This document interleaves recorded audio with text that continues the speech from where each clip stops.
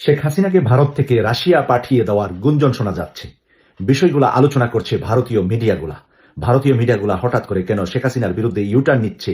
যেসব খবরে বলা হচ্ছে পুতিন শুধু হাসিনার সাথে দেখাই করেননি, বরং পুতিন নাকি হাসিনাকে রাশিয়াতে আশ্রয়ও দিতে প্রস্তুত। জামাতে ইসলাম নাম্বার ওয়ান। অনেকে অবশ্য ভাবতেছে যে নাম্বার ওয়ান কোন দিকে। নাম্বার ওয়ান মানে জামাত ইসলাম বাংলাদেশ এখন নাম্বার ওয়ান দল। কেন বললাম, আমি আগে কথাগুলো বলি, আপনারা শুনেন, তারপর আপনি সেটা নিজেই বিবেচনা করবেন যে আমি যে কথাগুলো বলছি, আমি যে যুক্তিগুলো দেখাচ্ছি, এগুলো সঠিক না বেঠিক। আমরা যাদেরকে নিয়ে নির্বাচন করছি মানে জামাতে ইসলামের কথা, তাদের বিরুদ্ধে ৭১-এর কোনো মামলা নাই, মানে রাজাকারের কোনো মামলা নাই, আলবদরের কোনো মামলা নাই। তারা একেবারেই গুড জামাতে ইসলাম, রিফাইন্ড জামাতে ইসলাম। সেই জামাতে ইসলামকে নিয়ে আমরা রাজনীতি করছি এবং তাদের সঙ্গে আমরা সরকার গঠন করছি। এই কথাটা তো বলছে উনি, তাই না? হ্যাঁ, আমরা দেশের ঐক্যের স্বার্থে শহীদ জিয়া বা বিদেশমন্ত্রী বেগম খালেদা জিয়া অন্য দলের কিছু ব্যক্তিবর্গকে ক্যাবিনেটে নিয়েছিলেন, মন্ত্রিসভায় সদস্য হিসেবে নিয়েছিলেন। তাদের কারো বিরুদ্ধে শেখ মুজিবের সময় বা শেখ হাসিনার অন্য শাসনামলেও তাদের কারো বিরুদ্ধে শেখ মুজিবের সময় অফিসিয়ালি রাজাকারের আইনে বিচার হয়নি, তারা জেলও খাটেনি, কোনো কিছু হয় নাই। আসসালামু আলাইকুম দর্শক, নতুন একটা নিউজে সবাইকে স্বাগতম। দর্শক, ভিডিওর শুরুতেই যে ভিডিওগুলোর অংশ বিশেষ আপনারা দেখেছেন, ভিডিওর অংশগুলো দেখেই বুঝতে পেরেছেন যে আজকের এই ভিডিওটি কতটুকু গুরুত্বপূর্ণ এবং আকর্ষণীয় হতে চলেছে। দর্শক, তাই সবাইকে বলবো ধৈর্য সহকারে আজকের এই ভিডিওগুলো দেখতে হবে আপনাদের, তাহলে সবকিছু জানতে পারবেন বা বুঝতে পারবেন। তো চলুন কথা না বাড়াই ভিডিওগুলো দেখে আসি। দাঁড়ান, যারা এখন পর্যন্ত আমাদের এই চ্যানেলটি সাবস্ক্রাইব করেন, প্রতিনিয়ত এ ধরনের গরম গরম খবরগুলো পেতে আমাদের চ্যানেলটি সাবস্ক্রাইব করে দিবেন। যারা করেছেন ধন্যবাদ। চলুন একটা লাইক দিয়ে বিস্তারিত সবগুলো ভিডিওর আলোচনাগুলো শুনে আসি। বেগম খালেদা জিয়া সবাই প্রিয়। উনি গত ১২, ১৩, ১৪ দিন আমার মনে হয় হাসপাতালে আছে।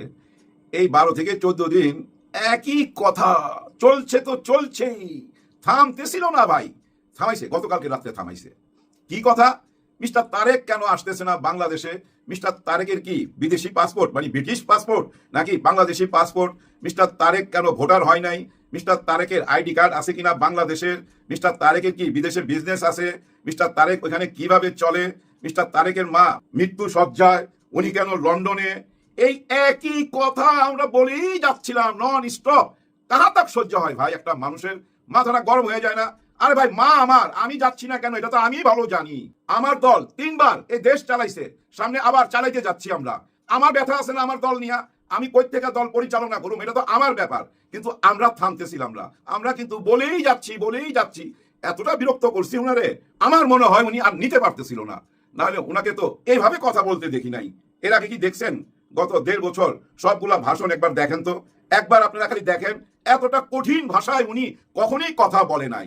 অথবা ওনার অতীত ঘাইটা নিয়ে আসেন, অতীতের ভয়েস রেকর্ডগুলো দেখেন, ওইখানেও কিন্তু উনি বারবার বলছে যে আমরা যাদেরকে নিয়ে নির্বাচন করছি মানে জামাতে ইসলামের কথা, তাদের বিরুদ্ধে ৭১-এর কোনো মামলা নাই, মানে রাজাকারের কোনো মামলা নাই, আলবদরের কোনো মামলা নাই। তারা একেবারেই গুড জামাতে ইসলাম, রিফাইন্ড জামাতে ইসলাম। সেই জামাতে ইসলামকে নিয়ে আমরা রাজনীতি করছি এবং তাদের সঙ্গে আমরা সরকার গঠন করছি। এই কথাটা তো বলছে উনি, তাই না? হ্যাঁ, আমরা দেশের ঐক্যের স্বার্থে শহীদ জিয়া বা বিদেশমন্ত্রী বেগম খালেদা জিয়া অন্য দলের কিছু ব্যক্তিবর্গকে ক্যাবিনেটে নিয়েছিলেন, মন্ত্রিসভায় সদস্য হিসেবে নিয়েছিলেন। তাদের কারো বিরুদ্ধে শেখ মুজিবের সময় বা শেখ হাসিনার অন্য শাসনামলেও তাদের কারো বিরুদ্ধে শেখ মুজিবের সময় অফিসিয়ালি রাজাকারের আইনে বিচার হয়নি, তারা জেলও খাটেনি, কোনো কিছু হয় নাই। কিন্তু সেই মানুষটা আজকে দেখেন ঠিক উল্টা কথাটা বলছে। তাদেরকে দেশের মানুষ ৭১ সালেই দেখেছে নিজেদের রাজনৈতিক স্বার্থ রক্ষার্থে লক্ষ লক্ষ মানুষকে শুধু হত্যাই করেনি, তাদের সহকর্মীরা কিভাবে মা বোনদের ইজ্জত পর্যন্ত লুট করেছিল, এই কথাটি আমাদেরকে মনে রাখতে হবে। ৭১-এর কথাটা আবার সামনে তুলে ধরা হইলো, আবার পিছনে চলে গেলাম আমরা। এই ৭১-এই আমরা আটকে আছি ভাই, গত ৫৪ বছর, ৫৫ বছর হয়ে যাচ্ছে। আর কয়েকদিন পরে ৫৫ বছর হয়ে যাবে। আমরা এই ৫৫ বছর ওই ৭১-এর বর্ষির মধ্যেই আটকে আছি, আর আগে বাড়তে পারতাছি না। ওইখানেই বারবার ঘুইরা যাইতে হইতাছে। এইটার একটা ফয়সালা হওয়া উচিত ভাই। হ্যাঁ, তারেক রহমান সাহেবকে ধন্যবাদ দেই এই জন্য যে উনি কিন্তু কোনো লুকোচুরি করে নাই, সোজাসুজি বলছে ৭১-এর অপরাধে যারা জড়িত ছিল, যারা হত্যাকাণ্ডের সাথে জড়িত ছিল, গণহত্যার সাথে, তাদের বিচার হইতে হবে। মিলটা দিছে কিন্তু সাংঘাতিক। এটা আমার ভালো লাগছে যে ২৪-এর গণহত্যার সঙ্গে যারা জড়িত ছিল তাদের যদি বিচার হইতে পারে, তাহলে ৭১-এর গণহত্যার সঙ্গে যারা জড়িত ছিল, ৭১-এর মা বোনদের ধর্ষণের সাথে যারা জড়িত ছিল, তাদের কেন বিচার হবে না? ১৯৭১ সালে তারা তাদের নিজেদের স্বার্থ রক্ষার্থে কিভাবে লক্ষ লক্ষ মানুষকে হত্যা করেছে, ঠিক যেভাবে পতিত স্বৈরাচার পালিয়ে যাওয়ার আগে হাজারো হাজারো মানুষকে হত্যা করেছিল ক্ষমতা ধরে রাখার জন্য, অনেককে বলতে শুনি তারেক রহমান সাহেব আমাদের দেশের রাজনীতিটা ঠিকঠাক বুঝে উঠতে পারতেছে না। ঘোড়ার ডিম বুঝেন আপনারা, উনি সঠিকটা বুঝে এই দেশের মানুষ কি চায়, তাদেরকে কিভাবে পরিচালনা করতে হবে এবং দেশটাকে তাদেরকে নিয়ে মানে ওই যে তাদেরকে নিয়ে দেশটাকে কিভাবে গড়তে হবে এটা ভালোই জানে। উনি এতটা ভালো জানে, দেখেন এবার কেয়ার হাসপাতাল থেকে আমরা সইরা এসে এখন ৭১-এ চলে গেছি। ২০২৫-এর এবার কেয়ার হাসপাতাল থেকে ডাইরেক্ট ৭১-এ নিয়ে ফেলে দিছে আমাদেরকে। আমরা কিন্তু আজকে থেকে শুরু হইলো এই ৭১ নিয়ে কথাবার্তা, রাজাকার নিয়ে কথাবার্তা। আমি মিস্টার তারেক সাহেবকে ধন্যবাদ এই জন্যই দিতেছি যে উনি ক্লিয়ার করছে, কোনো লুকোচুরি করে নাই। ওনাদের যে কি আদর্শ, সে আদর্শটাকে উনি সামনে তুলে ধরছে। এই যে এতদিন আমরা ফজলুর রহমান সাহেবকে, অ্যাডভোকেট ফজলুর রহমান সাহেব আজকে যারা উচ্চ আদালতে ক্ষমা চায় আসছে ওনার কথার জন্য, কিন্তু উনি যা কিছু বলছে, উনি কি বেঠিক কিছু বলছে? আপনাদের মনে হয় ওই আদালতের ব্যাপারটা বাদ দেন, ওই বিচার কার্য বাদ দেন, বাকি যা কথাবার্তা বলছে সেই কথাবার্তাগুলাই তো গতকালকে আপনারা শুনছেন, সারমর্মটা শুনছেন না? উনি যে দিক নির্দেশন দিয়ে দিল ওনার কর্মীদেরকে, এই কথাটাই তো বলতো ফজলুর রহমান সাহেব, একটু আগে থেকে বলা শুরু করে দিয়েছিল। কিন্তু ওই একই কথা তো শুনলেন মিস্টার তারেক রহমানের কাছ থেকে আপনারা। মূল কথাটা তো উনি বইলা দিল ৭১-এর রাজাকারদের বিচার হইতে হবে। কেন এই কথাটা বলছে? শুধু এবার কেয়ার হাসপাতাল থেকে চোখ সরাইবার জন্য না, এরকম কিছু না। এটার বলার পিছনে ভাই মহৎ একটা উদ্দেশ্য আছে। এই উদ্দেশ্যটা কি জানেন? নির্বাচনের তরি পার হওয়া। নির্বাচনটাকে সহজ করে নিল উনি ওনার দলের জন্য। কারণ আওয়ামী লীগ তো নির্বাচন করতে পারতেছে না, এটা তো আমরা বুঝাই ফেলাইছি। এবং জাতীয় পার্টি কিন্তু অন্য রূপে আসতেছে, কিন্তু আওয়ামী লীগ আসতেছে না। তার মানে কি আওয়ামী লীগের যে ভোটাররা তারা কাকে ভোট দিবে? কিছু সংখ্যক তো ভোট দিতেই যাবে না, ওরা ঘরে থাকবে। কিন্তু যারা ভোট কেন্দ্রে যাবে তারা কাকে ভোট দিবে? আজকে এই কথার পর ৭১-এর রাজাকারের বিচার চাইছে, এই বিচারটা তো ভাই শেখ হাসিনাও চাইতো, তাই না? ওনাদের ভোটাররা এখন বিএনপিকে ভোট তো দিবেই, কারণ ওনাদের আদর্শ এক জায়গায় এসা মোহনাতে মিলা গেল না। তার মানে এই ভোটের জন্যই এই কথাটা বলছে। কিন্তু এইটা কি জামাত ইসলাম সহজভাবে নিবে বা ছাত্র শিবির সহজভাবে নিবে? এনসিপি সহজভাবে নিবে, কারণ এনসিপির এসব নিয়ে কোনো মাথা ব্যথা নাই।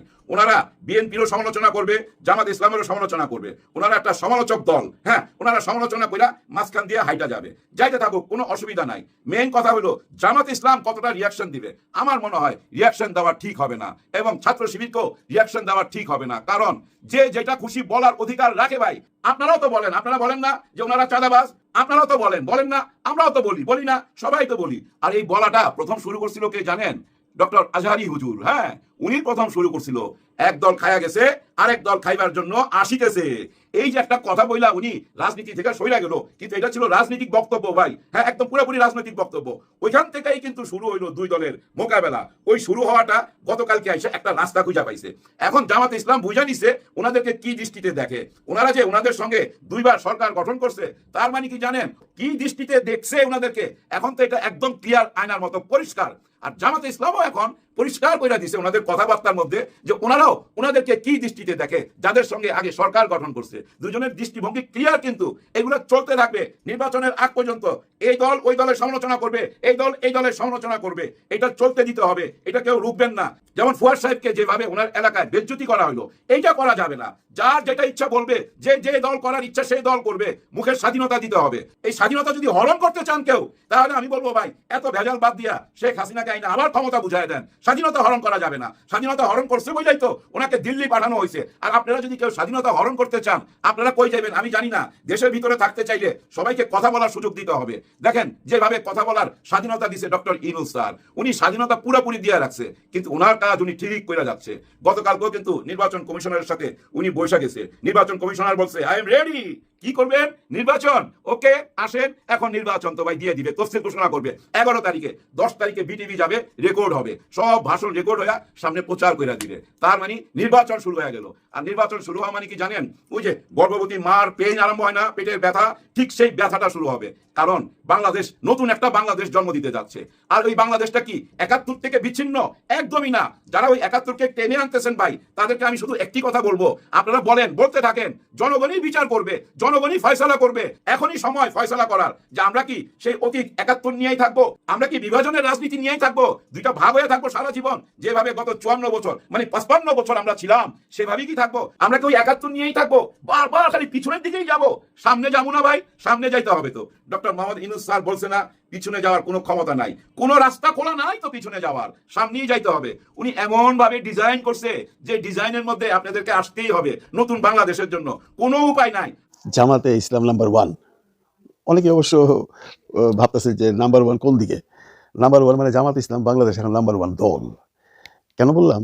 আমি আগে কথাগুলো বলি, আপনারা শুনেন, তারপর আপনি সেটা নিজেই বিবেচনা করবেন যে আমি যে কথাগুলো বলছি, আমি যে যুক্তিগুলো দেখাচ্ছি, এগুলো সঠিক না বেঠিক। যদি আমার যুক্তি সঠিক মনে না হয়, তাহলে আপনি বলবেন না জামাতুল ইসলাম তো নাম্বার 1 দল হইতেই পারে না। জামাত ইসলাম নাম্বার 1 দল শুধু আমি একা না, এখন বাংলাদেশের যেকোনো মাধ্যমে যাবেন, টেলিভিশন বলেন, কনটেন্ট ক্রিয়েটর বলেন, জরিপ যারা করে তাদের বলেন, সবাই কিন্তু এখন বলতেছে যে নির্বাচনের দৌড়ে একটা সময় ছিল বিএনপি নাম্বার 1, জামাত নাম্বার 2। এখন অনেকেই বলছেন বিএনপি নাম্বার 2, জামাত নাম্বার 1। এর পিছনে কারণ আছে অনেকগুলা।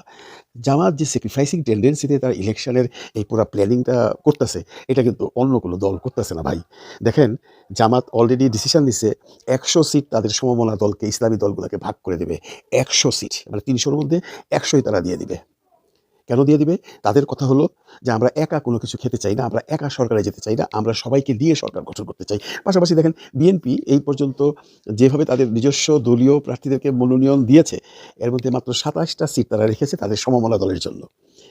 300-র মধ্যে 27, 300-র মধ্যে 100।